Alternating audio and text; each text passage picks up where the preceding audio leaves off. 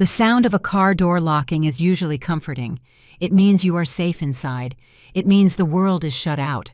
But when that sharp metallic click echoes inside a speeding car at 2 a.m. on a deserted stretch of highway, that sound changes. It becomes the sound of a cage closing. I watched the speedometer climb. I watched the driver's eyes in the rearview mirror. They were hard, desperate.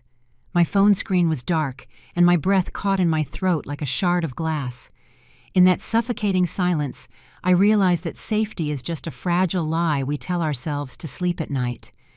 And tonight, I was wide awake. I was on my way to the airport to drop off the wallet my husband had forgotten when the rideshare driver locked the doors.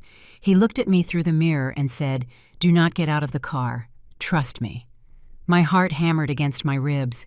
It was nearly 2 a.m, and I was alone with a stranger in a desolate industrial area. 5 minutes later, 3 police cruisers surrounded us with their sirens blazing. What I discovered that night destroyed everything I believed about my life. But before we continue, check if you are subscribed to the channel and tell me in the comments where you are watching this video from. We love knowing how far our stories travel. It all started that Thursday around 12:30 at night. I had just finished packing the suitcase for Marcus, my husband, who needed to travel quickly to Houston. He said it was for an urgent meeting with investors, something about closing a major contract for the firm. I did not ask questions. I never asked questions. During the 4 years of our marriage, I had learned to be the understanding wife, the one who supports without raising uncomfortable topics. Marcus was always the perfect husband in my eyes, attentive, hardworking, successful. He ran a financial consulting firm that seemed to be thriving. We lived in a spacious apartment in an exclusive neighborhood in Chicago. We had 2 imported cars in the garage, and I could dedicate myself to my work as a graphic designer, working from home without financial pressure. It was the kind of life many women dream of having. While I was packing the last items in his suitcase, I noticed that Marcus seemed more anxious than usual. He checked his phone every 2 minutes, and his hands trembled slightly while he chose his ties. I attributed it to the stress of the sudden trip. He gave me a quick kiss on the forehead, murmured a hurried "I love you," and walked out the door carrying his suitcase and his laptop bag. The sound of the door closing echoed through the empty apartment. I sighed, feeling that familiar emptiness that always invaded me when he traveled. I went to his home office to turn off the lights and organize the mess of papers he had left scattered on the desk. That was when my eyes found a brown leather object hidden between the file folders, Marcus's wallet. My heart raced immediately. That wallet contained everything: ID, credit cards, cash. How would he board the plane without his official ID? How would he pay for anything without his cards? I took the wallet with shaking hands and opened it to confirm. All his documents were there, intact. I looked at the wall clock. 12:40 in the morning. Marcus's flight was at 3 o'clock. I still had time to take the wallet to O'Hare if I left immediately. I tried calling his cell phone, but the calls went straight to voicemail. He had probably put it on airplane mode, or maybe he was driving and could not answer. There was no time to waste. I needed to act. The problem is that I do not drive well at night. The headlights of other cars make me dizzy, and I have trouble seeing the lanes. Our private driver had left hours ago. The only option was to order a car through an app. I grabbed my phone and opened the app with nervous fingers. I needed to find a driver quickly. The anxiety grew in my chest like a ball of fire. I imagined Marcus arriving at the airport, searching frantically for the wallet in his pockets, panicking when he realized he had forgotten it. He needed that wallet. I needed to bring it to him. Sometimes we are so focused on fixing small problems for the ones we love that we fail to see the massive disaster waiting for us. After a few minutes that seemed eternal, a driver accepted the ride. His name appeared on the screen: Frank, black sedan, license plate ending in 4. His rating was high, 5 stars. The app showed he was only 7 minutes away. I quickly threw a trench coat over my pajamas, put a scarf over my hair, and grabbed my purse. I held Marcus's wallet carefully as if it were a precious treasure. In a way, it was. That wallet represented my mission to be the perfect wife, the one who solves problems and takes care of everything. 5 minutes later, the buzzer rang. I looked through the camera and saw the black car parked in front of the building. I went down the elevator, crossed the lobby, and went out to the street. The night was cold and windy, typical for Chicago near the lake. The streets of the neighborhood were deserted, illuminated only by the orange streetlights that created strange shadows on the sidewalks. I opened the back door of the car and got in. The interior was clean and smelled of lavender air freshener. The driver was a man in his 50s with gray hair at the temples and a thin, tired face. He greeted me with a silent nod without saying a word. "Good evening," I said, trying to sound natural. "I need to go to O'Hare, domestic terminal. It is urgent." He just nodded and started driving. The silence inside the car was heavy, almost suffocating. There was no music playing on the radio, no conversation, only the sound of the engine and the noise of tires on the damp asphalt. I tried calling Marcus one more time, but again it went to voicemail. I sent him a message via text. "Honey, you forgot your wallet. I am bringing it to the airport. Wait for me in the departures lobby." The message stayed as sent. It was not delivered. I leaned back in the seat, trying to calm my nerves. I looked out the window and saw the city passing by quickly. We left the residential neighborhood and entered the highway leading to the airport. Traffic was surprisingly light for a Thursday night. There were almost no cars on the road. That was when I started to notice something strange. The driver, Frank, was constantly looking in the rearview mirror. Not just normal traffic checks, but long, intense looks as if he were looking for something or someone. Our eyes met in the mirror a few times, and every time that happened, a chill ran down my spine. There was something in his expression that made me uncomfortable.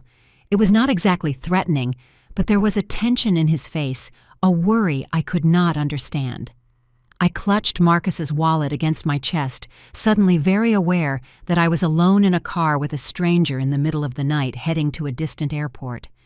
The stories I had read on social media about crimes involving rideshare drivers began to invade my mind like unwanted ghosts.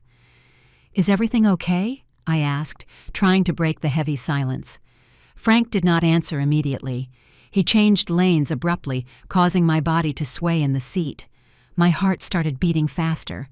"Sorry," he finally said, his voice hoarse and low. "Just checking traffic." But there was no traffic. The highway was practically empty. I took my phone discreetly and pretended to be checking an app, but I actually had the emergency button of the transport app ready. If anything happened, I needed to be ready to call for help. As we approached the airport, the tension in the car increased.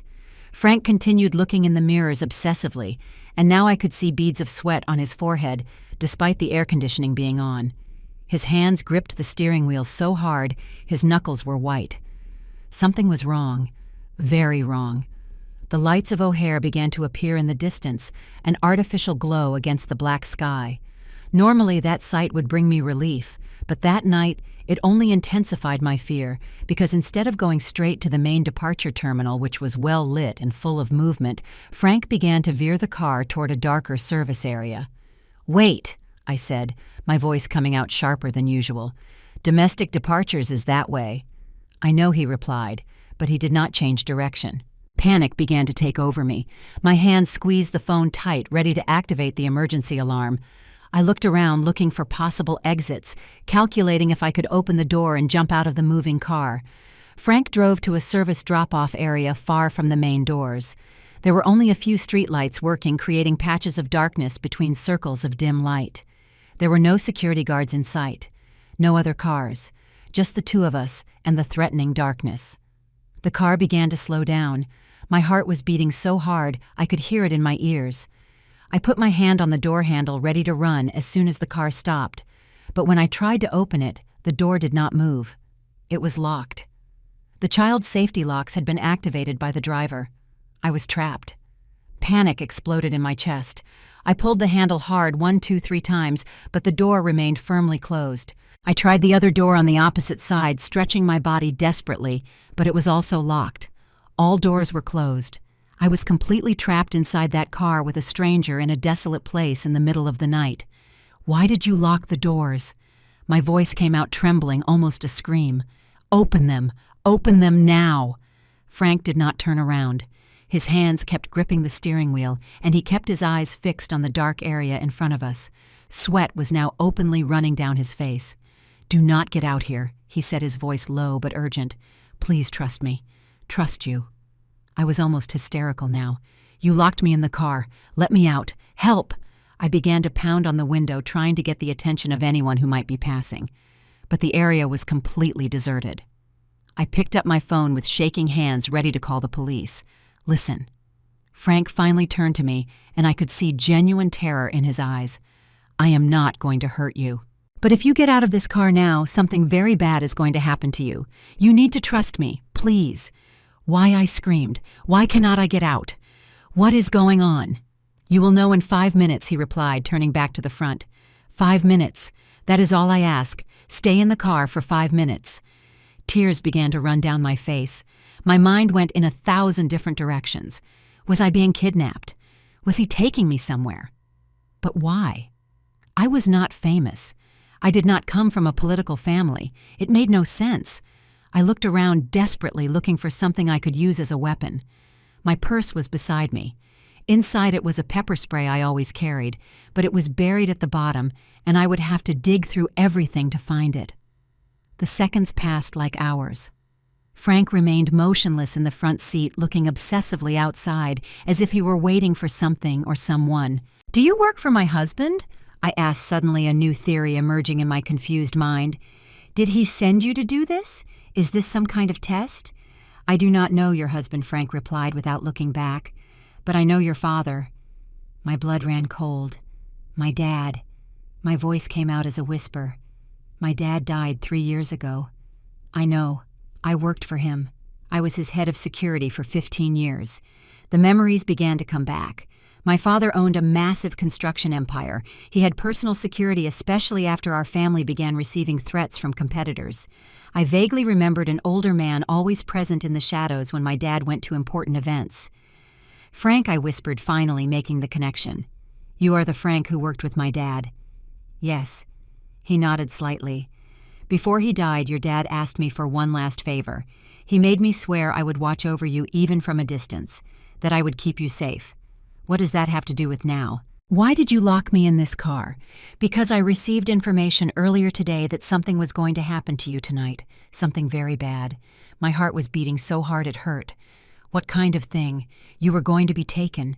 As soon as you got out of this car, there was a man waiting in the shadows to sedate you and take you away. When I saw you had ordered a car to come to the airport in the middle of the night alone, I hacked the system and accepted the ride before another driver could. I needed to be the one to pick you up, to protect you." I tried to process what he was saying. It seemed like madness, like a movie plot. But the genuine terror on his face, the tension in his body, everything seemed too real to be a lie. "Who would want to kidnap me?" I asked, my voice failing. "I do not have liquid cash on me." "You have a lot of money," Frank said calmly. "The inheritance your dad left you, and you are married to someone who knows exactly how much that inheritance is worth." The world seemed to stop around me. "Marcus." Frank did not answer, but his silence was answer enough. I looked at my husband's wallet I was still holding against my chest, and suddenly it seemed to weigh tons. Sometimes the objects we hold carry the weight of the secrets they hide. Did Marcus forget the wallet on purpose? Did he know I would come running to bring it to the airport? Was this all a trap? "No," I whispered. "No. Marcus loves me. He would never do this to me. You are wrong." "Look." Frank pointed to the clock on the dashboard. 2 minutes left. 2 minutes for what? My whole body was shaking now. I did not know if I should believe him or try to escape anyway, but something in the sincerity of his voice and the terror of his eyes made me stay. I sat there holding my breath, counting the seconds. 90 seconds, 60 seconds, 30 seconds. And then, exactly when the clock struck 2:05, red and blue lights exploded around us. 3 police cruisers emerged from different directions, surrounding our car completely. Deafening sirens tore through the silence of the night. Officers jumped out of the cars with weapons drawn, screaming orders. But they were not aiming at us. They were aiming at something behind our car in the shadows. I could not see well. I turned my head and saw when the officers lunged at a figure hiding behind a concrete pillar. It was a man dressed all in black, wearing a ski mask. He tried to run, but was tackled violently to the ground. 2 officers subdued him, while a third removed something from his jacket pocket, a sedative kit, and a cloth that looked soaked in chemicals. My stomach churned. That man was there waiting for me. If I had gotten out of the car as was my plan, he would have grabbed me. And then what? Taken where? To do what with me? The tears came back, but this time they were different. They were not tears of fear of Frank, but of absolute terror for what almost happened. An officer knocked on the driver's window. Frank rolled down the glass. "Operation successful," the officer said. "The suspect is in custody. You are safe now." Frank finally unlocked the car doors. The sound of the lock clicking open was the sweetest sound I have ever heard in my life. But I could not move. My body was paralyzed by shock. Frank turned to me, his face now more relaxed, although still worried. "I am so sorry to have scared you," he said softly. "But if I had told you what was happening, you might have panicked and tried to get out of the car anyway. I needed to keep you inside, keep you safe until the police arrived. How did you know?" I managed to ask. "How did you know this was going to happen? I have contacts, people who owe me favors from the time I worked with your dad. One of those people heard conversations, saw messages. He warned me that an abduction was being planned for tonight at the airport and that you would be the victim. But who? I was starting to go into shock. Who planned this?" Frank hesitated. His expression became even more serious. "I need to show you something," he said slowly. "But you have to be prepared. What you are going to see will hurt much more than what just happened." He took a tablet that was on the passenger seat and handed it to me. On the screen was a series of photos, surveillance photos taken from afar, but sharp enough for me to recognize perfectly who was in them. Marcus, my husband. But he was not alone. In the photos, Marcus was embracing a woman I knew very well, Vanessa, my best friend since college. The same Vanessa who was the maid of honor at our wedding. The same Vanessa who came to dinner at our house every week. In the photos, they were kissing. They were hugging. They were entering hotels together. The last photo showed the two of them at the airport, not in the domestic terminal where Marcus should be, but in the international terminal. And they were not boarding for Houston. They were boarding for Paris, with 2 large suitcases of someone who does not plan to return. I cannot describe exactly what I felt at that moment. It was not anger. It was not sadness. It was as if something inside me simply disintegrated. As if the last 4 years of my life were a lie so big my brain could not process the truth. My hands shook so much I almost dropped the tablet. I kept swiping through the photos one after another, as if I were watching a horror movie I could not turn off. There were dozens of them, photos of romantic dates, photos of passionate kisses, photos of them entering and leaving apartments I did not know. The last photo had a date and time in the bottom corner. It had been taken less than 3 hours ago at the check-in counter of the international terminal. "No," I whispered, my voice breaking. "No, no, no." But the photos did not lie. The reality was there, captured in sharp, cruel pixels. "There is more," Frank said, his voice heavy with pity. He took the tablet back and opened a different folder. Financial information. Documents we got through a private investigator I hired 2 weeks ago when I started to suspect. On the screen appeared bank statements. My bank statements. From the joint account I shared with Marcus, but rarely checked because I trusted him completely. He handled the house finances, the investments, everything. Huge transfers. Hundreds of thousands of dollars being moved systematically from the joint account to an account I did not recognize. An offshore account. The transfers had been happening for more than a year. "He was stealing from you," Frank explained. "Systematically. He had access to the inheritance your dad left you because you put everything in a joint account when you married. You thought you were being a modern, trusting wife, but he was waiting for exactly that."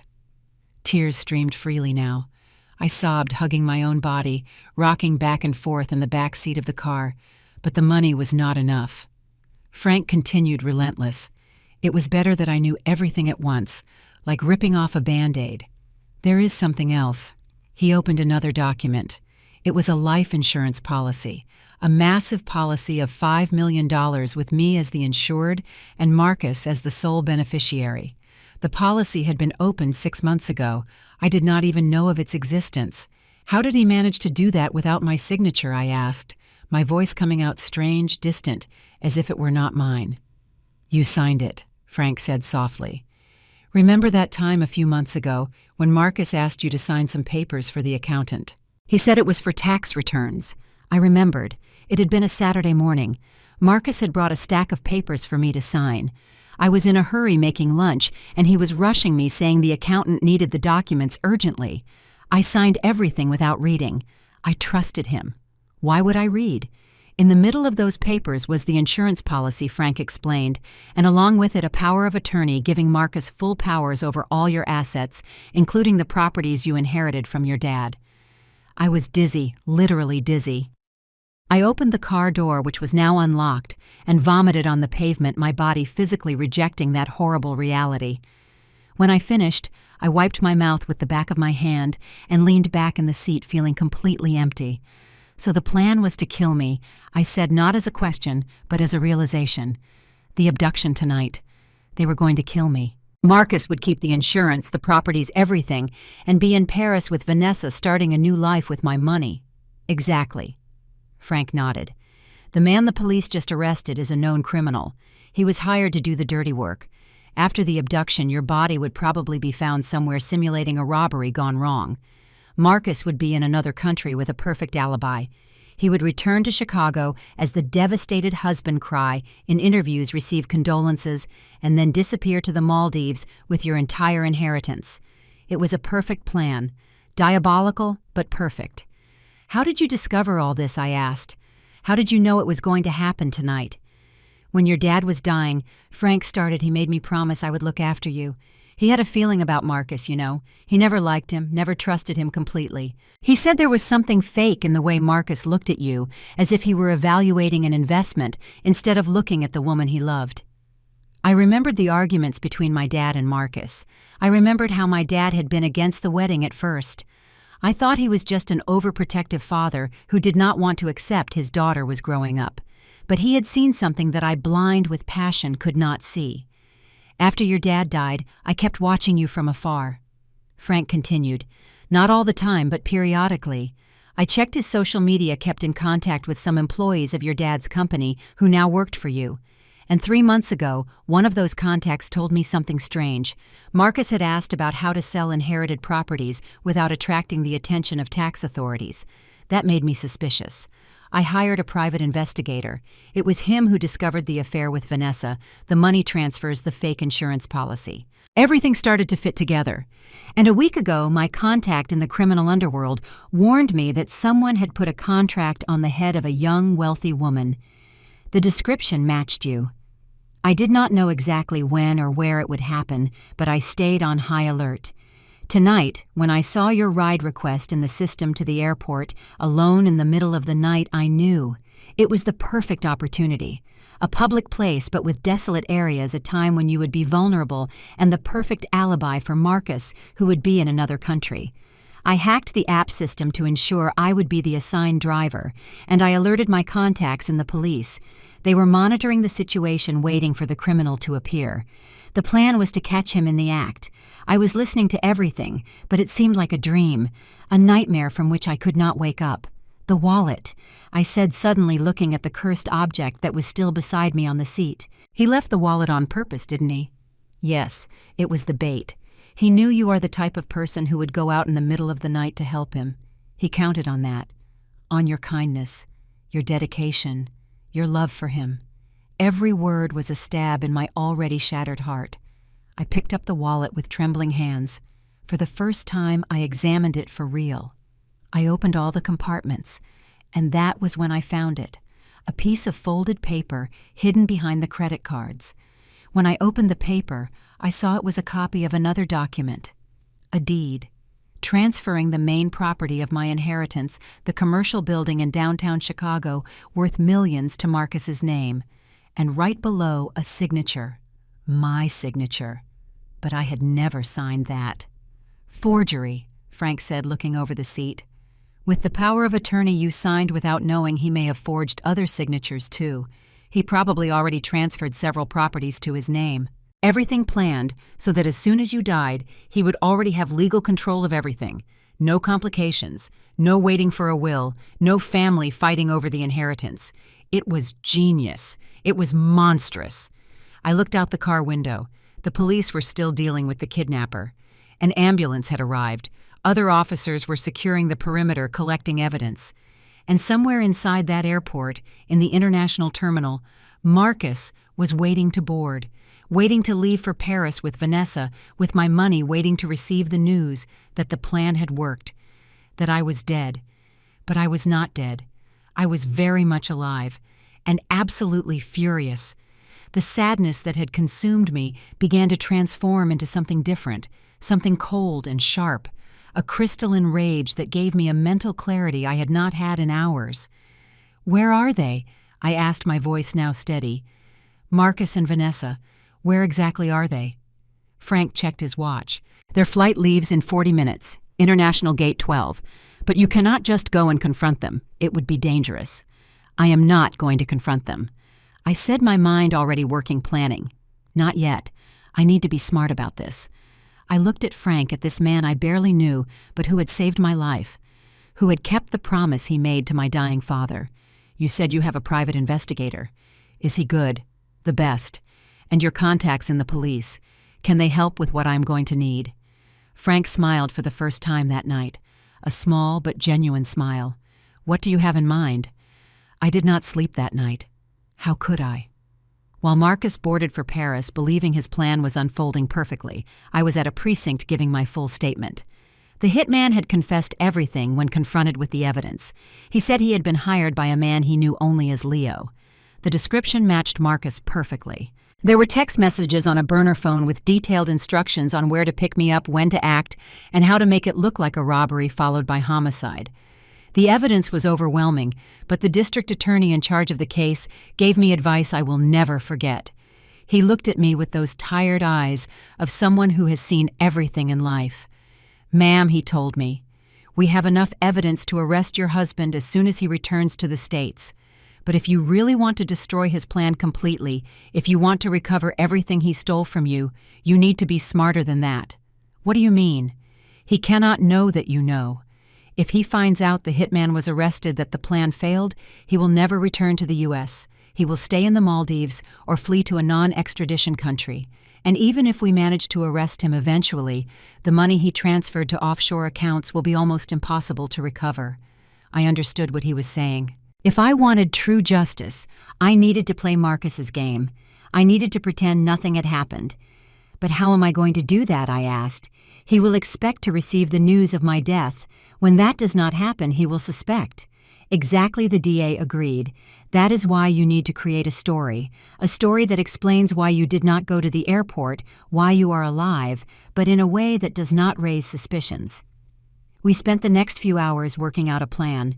With the help of Frank, the private investigator, and a prosecutor specializing in financial crimes named Attorney Diane Sterling, who joined us, we created a perfect cover story. When the sun began to rise, I was back in my apartment.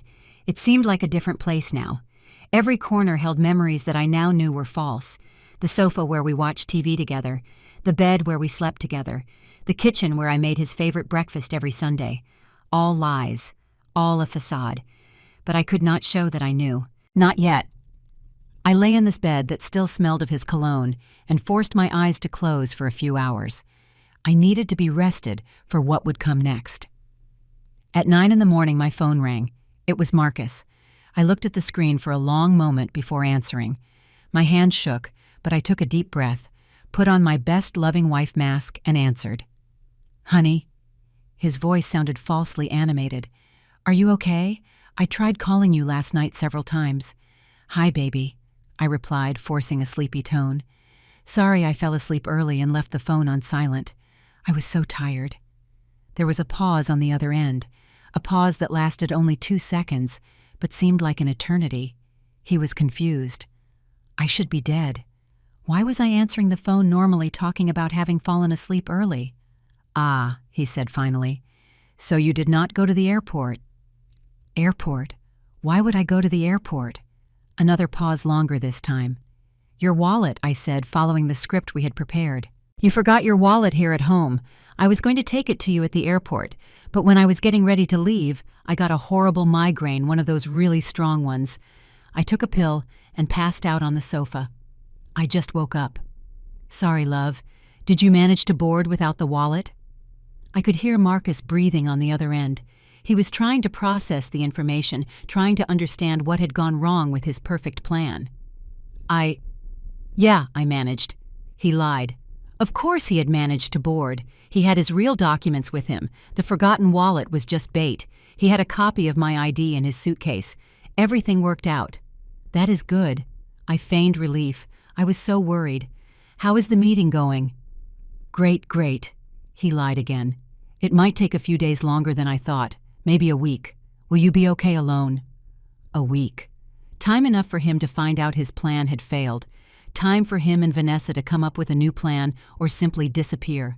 Of course, honey. You know I will. Just take care of yourself and text me every day. Okay, I love you. The words came out of his mouth so easily. I love you. How could he say that knowing he had hired someone to kill me? Me too, I replied, almost choking on the words. I hung up and immediately dropped the phone on the floor. I ran to the bathroom and vomited again. There was nothing in my stomach to come out, but my body kept contracting, trying to expel the disgust I felt.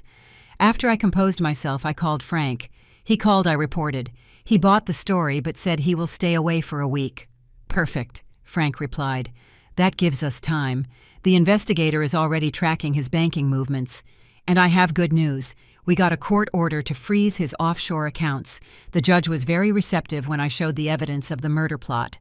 And Vanessa, she is with him in Paris. She posted a photo on Instagram an hour ago. They are at a 5-star hotel. She captioned it, "Well-deserved vacation." Frank could not hide the contempt in his voice. Well-deserved vacation. With my money. Celebrating what she thought was my death. I want to see the photo, I said. I do not think that is a good idea. I want to see.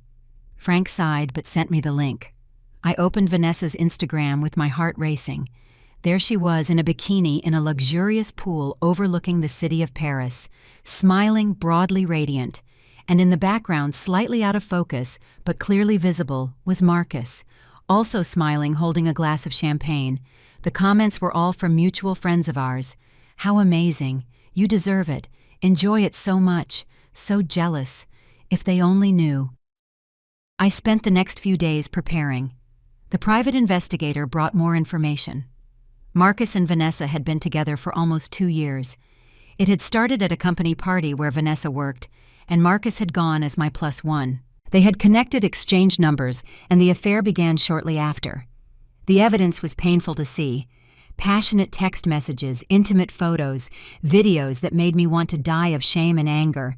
But I forced myself to watch everything. I needed to know the full extent of the betrayal.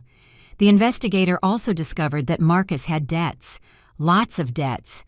Online gambling, bad investments, loans with loan sharks.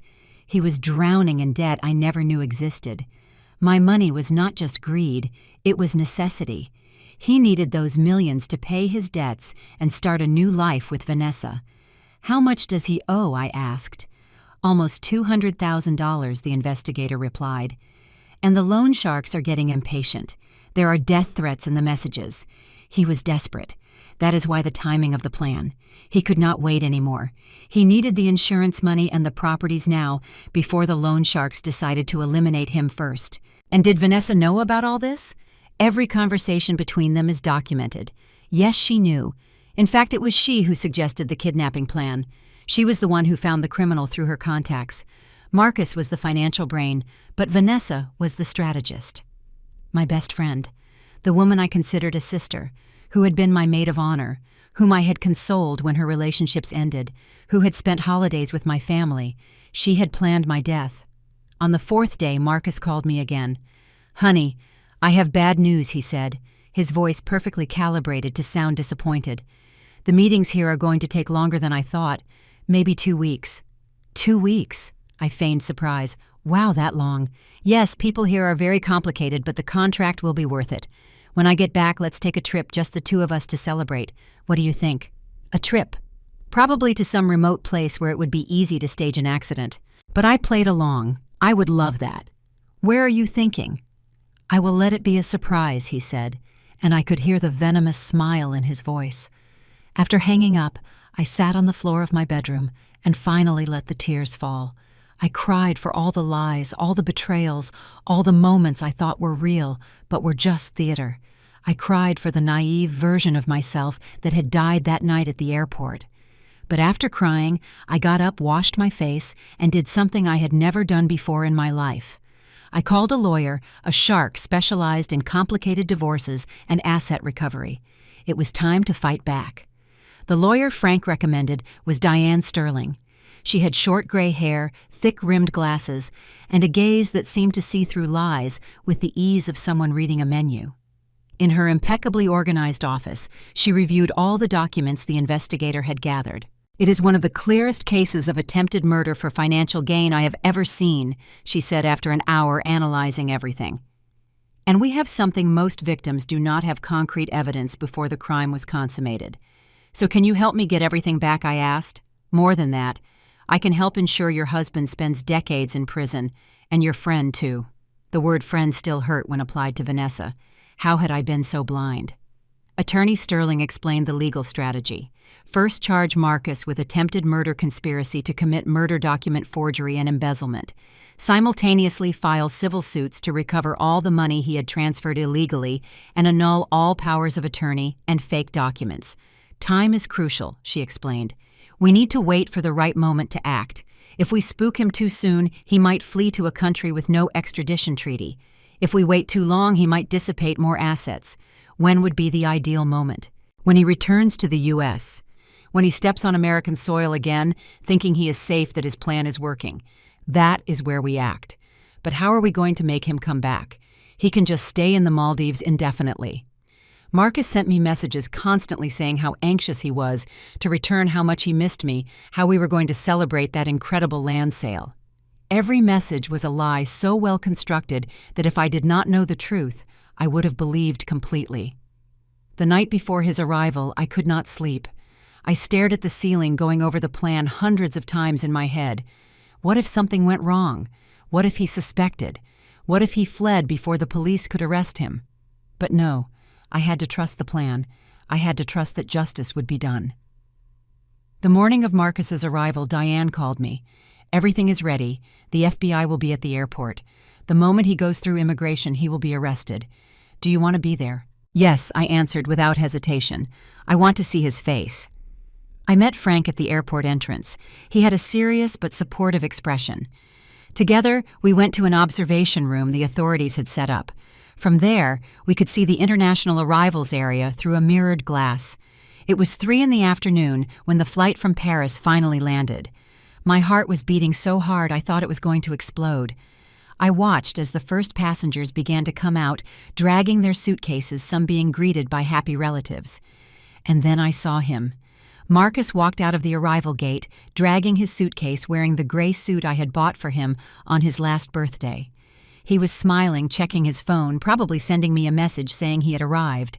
He headed to the immigration line without haste, without a worry in the world. He presented his passport to the officer who scanned it in the system. That was when everything changed. I saw the officer say something into the radio. Immediately, 2 federal agents approached Marcus from behind. He still had not noticed anything. He kept smiling, waiting to get his passport back. When the agents touched his shoulders, he turned around confused. One of the agents said something I could not hear from where I was. Marcus's expression changed from confusion to absolute shock in a matter of seconds. He started talking, gesturing, trying to explain something, but the agents were not interested in explanations. One of them held Marcus's arm while the other took out handcuffs. That was when Marcus panicked. He tried to break free, looking around desperately as if looking for an exit, but he was surrounded. More officers approached. The handcuffs were placed on his wrists, and it was at that moment that he looked in the direction of the mirrored glass. He could not see me, but our eyes met through the glass. I do not know if it was coincidence or if some primitive instinct told him where I was, but I swear I could see the exact moment he understood, the moment he realized that I knew everything, that the plan had failed, that he had been caught. The expression on his face was pure terror. He screamed something. He tried to run even while handcuffed, but he was tackled to the ground by the agents. Other travelers watched the scene, shocked, taking out their phones to film. Marcus was being dragged across the airport floor, screaming my name, when I finally broke down. I fell to my knees in that observation room, sobbing uncontrollably. It was not sadness. It was relief. It was rage. It was satisfaction. It was everything mixed into an emotional storm I could not control.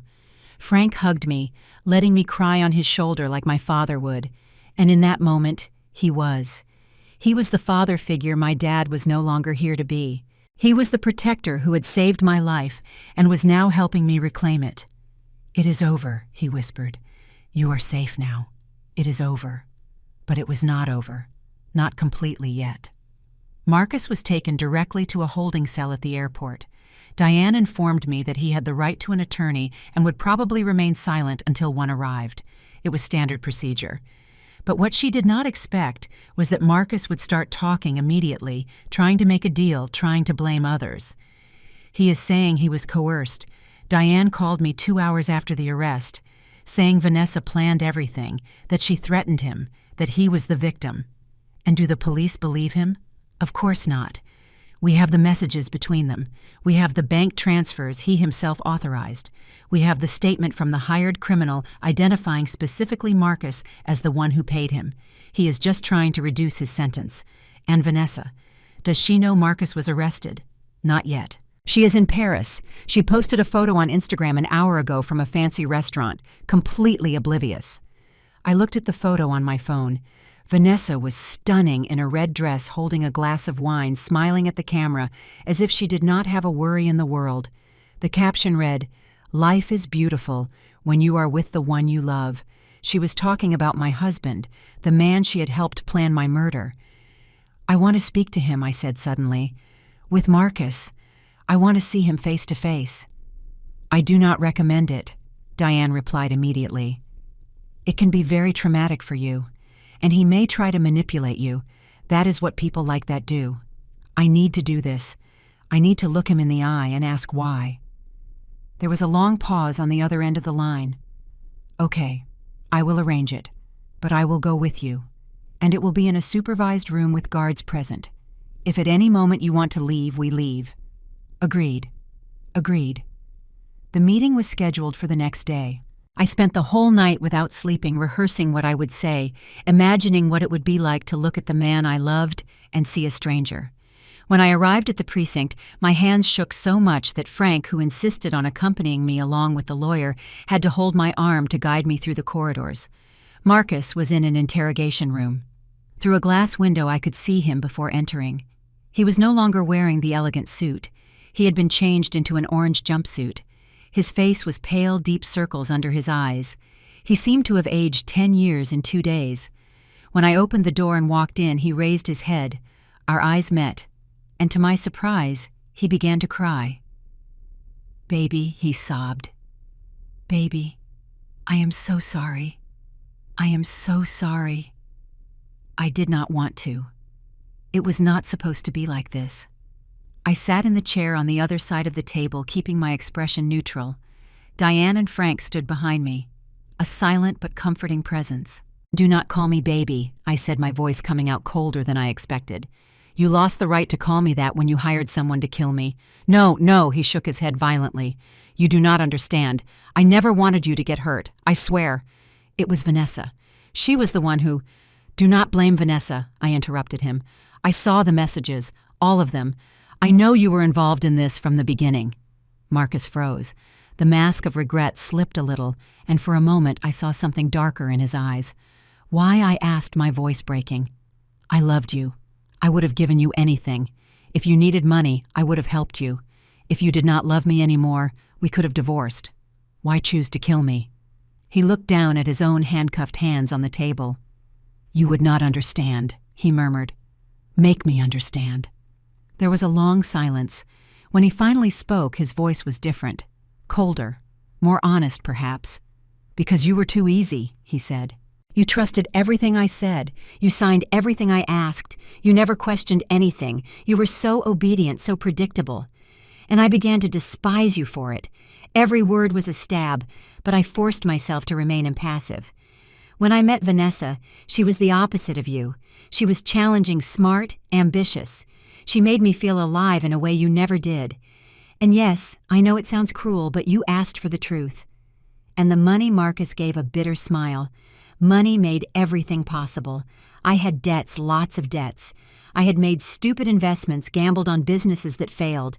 The loan sharks were chasing me. I needed a way out. And you, with all that inheritance from your dad, were the perfect way out. So you used me from the beginning. Not from the beginning, he admitted.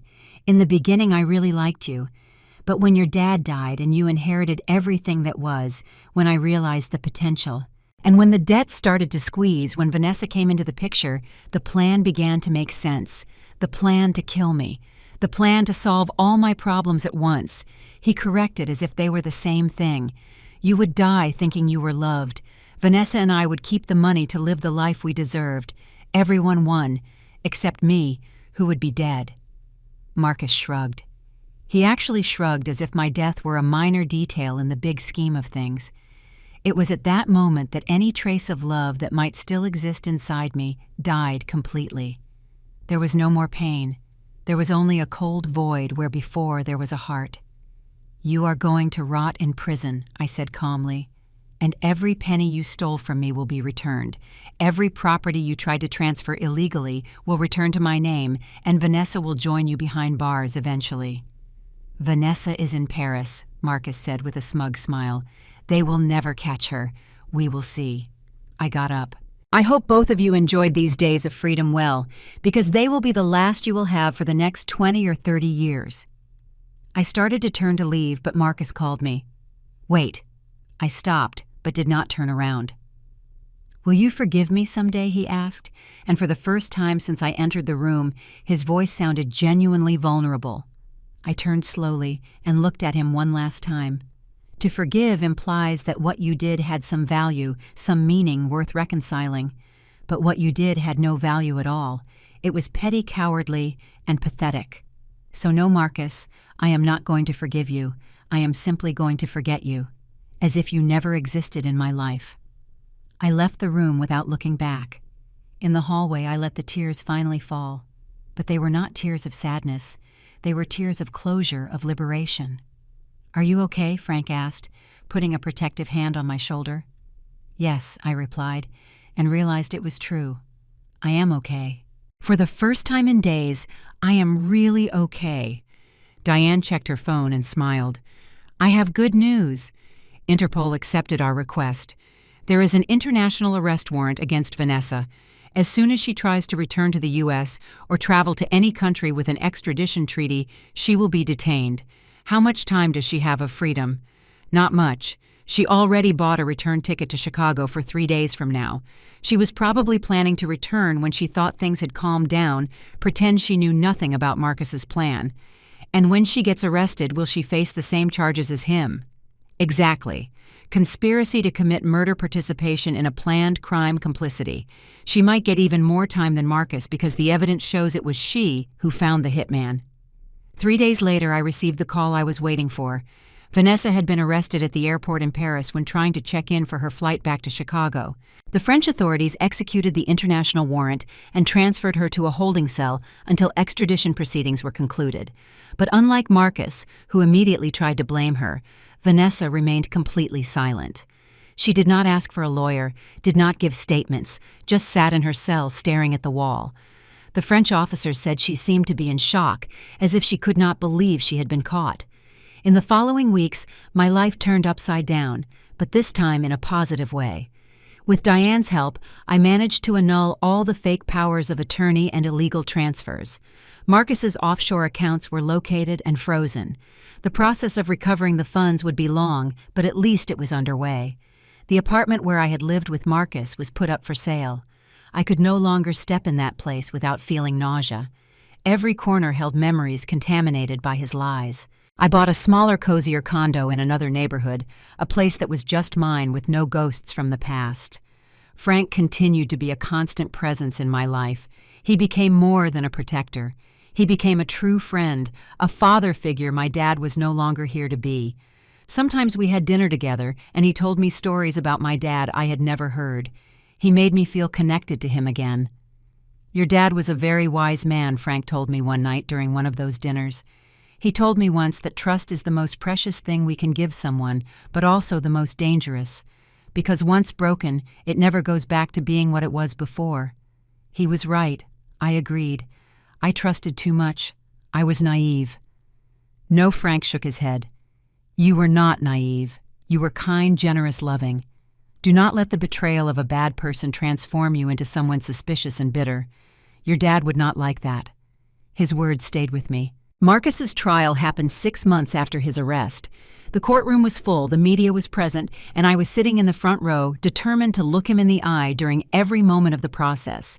He had lost weight in jail, and his face was thinner, older. His lawyer tried to claim he had been coerced by Vanessa, that she was the true mastermind. But the evidence was irrefutable. The text messages clearly showed he was an active and enthusiastic participant in the plan. When it was my turn to testify, I took the stand and recounted everything. The night in the car with Frank, the discovery of the photos, the lies, the fear I felt when I thought I was going to die. My voice remained steady throughout the testimony, even as tears ran down my face. Marcus did not look at me once during my testimony. He kept his eyes down, looking like a man who had already accepted his fate. The sentence was 25 years in prison without possibility of parole for 15 years for attempted murder fraud and a list of other crimes. When the judge banged the gavel, I felt a huge weight being lifted from my shoulders. Justice had been done. Vanessa was extradited to the U.S. 3 months after Marcus's trial. Her trial was even more dramatic because, unlike him, she decided to fight. She hired the best lawyer she could find and tried to argue she had been manipulated by Marcus, that she was a victim of his lies too. But the evidence did not allow that narrative. The messages showed that many times it was Vanessa who took the initiative, who made the most sordid suggestions. It was she who found the criminal to kidnap me. It was she who suggested making it look like a robbery gone wrong. The worst moment of the trial was when the prosecution presented a conversation between Vanessa and Marcus that happened days before the attempted kidnapping. In that conversation, they talked about what their new life would be like after I was out of the way. Vanessa even mentioned that part of the money would be used to get plastic surgery to look even prettier for Marcus. She had calculated the value of my life and decided it was worth less than cosmetic surgery. When it was time for me to testify at her trial, Vanessa finally looked me in the eye, and unlike Marcus, who seemed remorseful, albeit falsely, Vanessa looked at me with pure hate, as if I were the villain of the story for having survived. Vanessa, the prosecutor, asked her during her own testimony, "Do you have anything to say to the victim?" Vanessa looked directly at me and said, "Yes, you were always boring. You were always bland. Marcus only stayed with you for the money from the beginning. He told me several times, you were never enough."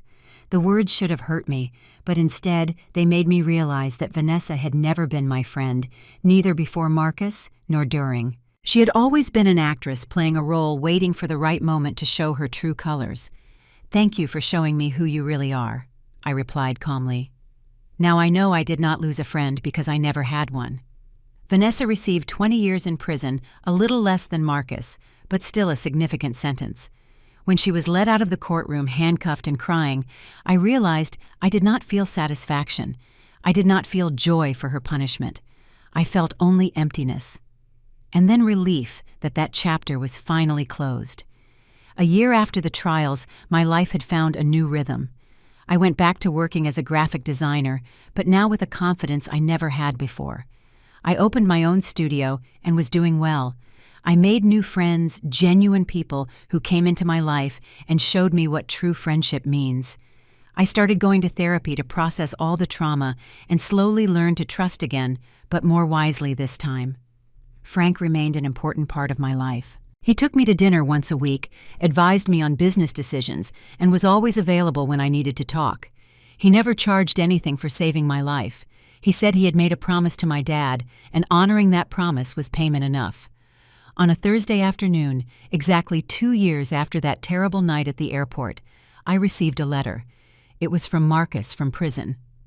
I stared at the envelope for a long time, deciding if I should open it or just throw it away. Curiosity won. The letter was long pages and pages of his always impeccable handwriting. He talked about how prison had changed him, how he had time to think about everything he had done wrong. He said he finally understood the gravity of his actions, that he was in therapy and working on becoming a better person. On the last page he wrote, "I know I do not deserve your forgiveness, and I am not asking for it. I just wanted you to know that I am truly sorry. You deserve true love, loyalty, respect, and I failed to give you all that. I hope you have found the happiness you always deserved." I folded the letter back into the envelope. I am not going to lie. Part of me felt moved by the words, but another part, the part that had grown and matured through this experience, knew that pretty words do not change horrible actions. I put the letter in a box where I kept all the documents from the trial. One day, maybe years in the future, I might look back and forgive him not for him, but for me, to finally let go of any trace of resentment. But today was not that day. That night, I sat on the balcony of my new apartment looking at the city lights. I thought about how my life had changed dramatically in 2 years, how I had gone from being a naive and trusting wife to a woman who was almost murdered, to someone who fought for justice and won. It was not the journey I would have chosen, but it was the journey that brought me here to this version of myself that was stronger, wiser, more complete than I had ever been. I grabbed my phone and called Frank. "Hi," I said when he answered. "I just wanted to say thank you for everything, for saving my life, for honoring the promise you made to my dad, for being the hero I did not know I needed." "It was an honor," Frank replied, his voice warm and sincere. "Your dad would be very proud of the woman you have become. I know I am." After hanging up, I stared at the night for a while longer, and for the first time in years, I felt completely at peace. The months that followed brought transformations I never imagined possible. My design studio was growing. I had received contracts from large companies that admired not only my work, but also my story of overcoming. Some business magazines had published articles about my journey, portraying me as an example of female resilience. At first, I had hesitated to make my story public. It was so personal, so painful, but Diane convinced me that sharing it could help other women in similar situations, women who perhaps did not have the luck of having a Frank to save them. And she was right. After the first interviews, I started receiving messages from women all over the country, some telling their own stories of betrayal and financial abuse, others asking for advice on how to identify red flags in relationships, some simply thanking me for having the courage to speak up. I decided to use my experience for something positive. With part of the money I recovered from Marcus, I created a foundation to help women victims of domestic violence and financial abuse. We offered free legal assistance, psychological help, and even temporary shelter for those who needed to escape dangerous situations. Frank became the security consultant for the foundation, training women and their children on how to protect themselves, how to identify risky situations, and what to do in emergencies. In one of the talks I gave at the foundation, a young woman of about 25 approached me afterward. She was crying, but they were tears of hope. "Thank you," she said, holding my hands. "My story is similar to yours. My boyfriend has manipulated me financially for years. I thought I was alone, that it only happened to me. But listening to you, I realized it is not my fault, and that I can escape." In that moment, all the sleepless nights, all the moments of pain, all the tears I shed, gained a new meaning. My suffering had not been in vain if I could help even just one person. Personal life also began to bloom in unexpected ways. I had met someone, an architect named Andrew, who had designed the new headquarters for the foundation. He was gentle, genuine, and most importantly, patient with my trauma and my barriers. "I am in no hurry," he told me on one of our first dates when I explained that I needed to go slow, that it was hard to trust after everything I had been through. "You are worth waiting for." It was not like it had been with Marcus. There was not that overwhelming and blind passion, but there was something better: mutual respect, honest communication, and a gradual growth of feelings that were based on who we really were, not on masks we wore. Andrew knew my whole story. I had been completely honest about what happened, about my fears and insecurities, and he never used that against me, never made me feel weak or broken. On the contrary, he admired my strength. "You survived something that would have destroyed most people," he told me one night while we were having dinner in a cozy restaurant. "And not only did you survive, but you transformed that pain into something that helps other people. That is extraordinary." 3 years after that fateful night at the airport, I received another letter. This time, it was from Vanessa. Like Marcus's, this letter was full of apologies, of regret, of promises that she had changed. But unlike Marcus's letter, which at least sounded sincere, Vanessa's had a tone of manipulation that I could now identify easily. She wrote about how she was suffering in prison, how the other inmates treated her badly when they found out what she had done. She mentioned health problems she was developing. And then on the last page, she made a request. Could I write a letter to the judge asking for a sentence reduction? After all, we had been best friends once. I shook my head while reading. Vanessa was still Vanessa. Always calculating, always trying to manipulate, always believing that tears and sad stories would give her what she wanted. I did not answer the letter. It was not necessary. Vanessa had made her choices, and now needed to live with the consequences. But I kept the letter along with Marcus's. Not as a memory of pain, but as a reminder of how much I had grown. Of how I was no longer that woman who trusted blindly, who did not ask questions, who put the needs of others before her own. On a Sunday afternoon, 4 years after everything happened, I was in the kitchen of my condo making lunch. Andrew was in the living room assembling a bookshelf we had bought. Soft music played on the stereo, and through the window I could see the blue, cloudless sky. My phone rang. It was Frank. "Hello, dear," he said, his voice sounding tired. "I have news." "What happened?" "Marcus tried to commit suicide in prison. He is in the hospital now, stable, but it was serious." My heart tightened, not out of love or romantic concern, but out of a basic human sadness. As much as he had hurt me, hearing that someone had reached such a point of despair was hard. "How do you feel about it?" Frank asked. I thought for a moment before answering. Sad, I admitted, but not guilty. He made decisions that led him to where he is, and I hope he finds some peace eventually, however that happens. But it is not my responsibility to save him. Not anymore. "You have grown a lot," Frank said, and I could hear the pride in his voice. "You have become exactly the kind of woman your dad dreamed you would be. Strong, compassionate, but with healthy boundaries." After hanging up, I stood in the kitchen for a moment processing the news. Andrew came to hug me from behind, resting his chin on my shoulder. "Everything okay?" he asked softly. "Yes," I replied, and it was true. Everything is okay. That night, after Andrew went home and I was alone in the apartment, I took a box I kept in the back of the closet. It was where I had put everything related to Marcus and Vanessa. Letters, wedding photos, small souvenirs of a time that seemed to belong to another life. I took the box to this balcony and started reviewing each item. Some photos still made me feel a pang of pain. Memories of moments I thought were genuine but were just theater. But the pain was distant now, like an old scar that no longer hurts. I took one last photo. It was from my wedding, Marcus and I cutting the cake, smiling at the camera. Vanessa was in the background clapping. If I looked closely now, I could see something in her eyes, a glint that was not happiness for the friend, but perhaps envy or calculation. How had I not seen it? How had I been so blind? But then I remembered Frank's words. It had not been blindness. It had been kindness. It had been love and trust, things that are not flaws. People like Marcus and Vanessa were the problem, not people like me.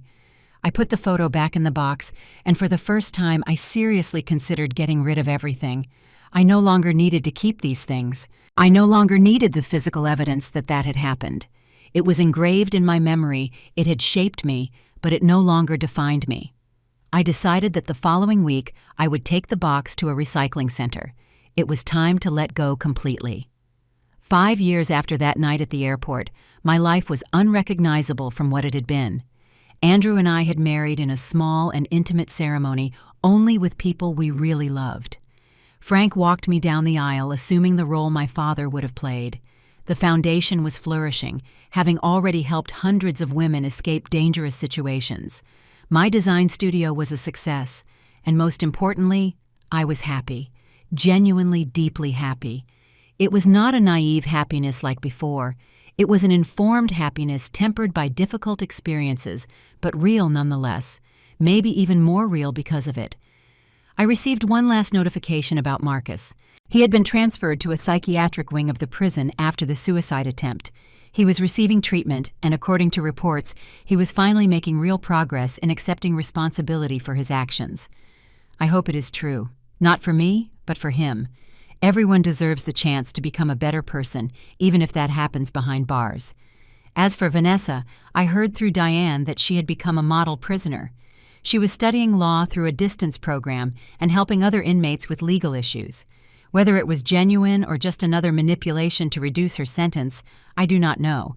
But I choose to believe that people can change, even if it is not my role to facilitate that for them. Today, when I tell my story, it is no longer with pain or anger. It is with strange gratitude. Gratitude for having survived. Gratitude because Frank honored the promise he made to my father. Gratitude for the lessons learned the hardest way possible. That night at the airport, when Frank locked the car doors and said, "Trust me," was the moment my life changed forever. It was the moment I discovered that the world is not always what it seems, that people we love can betray us, but also that guardian angels exist in unexpected places. If I could go back in time and change that night, would I change everything that happened? I do not know if I would, because this journey, however painful it was, transformed me into the woman I am today, a woman I am not ashamed to be. And in the end, perhaps that is the best revenge against those who tried to destroy me. Not only did I survive, but I thrived. The ride is over now, and the silence is finally peaceful. While this story is a work of fiction, the shadows it explores are often all too real in the quiet corners of our lives. It stands as a reminder that our dignity is the one currency we must never compromise. Trust is a gift to be earned, not a right to be demanded. Walk in the light, but keep your eyes open.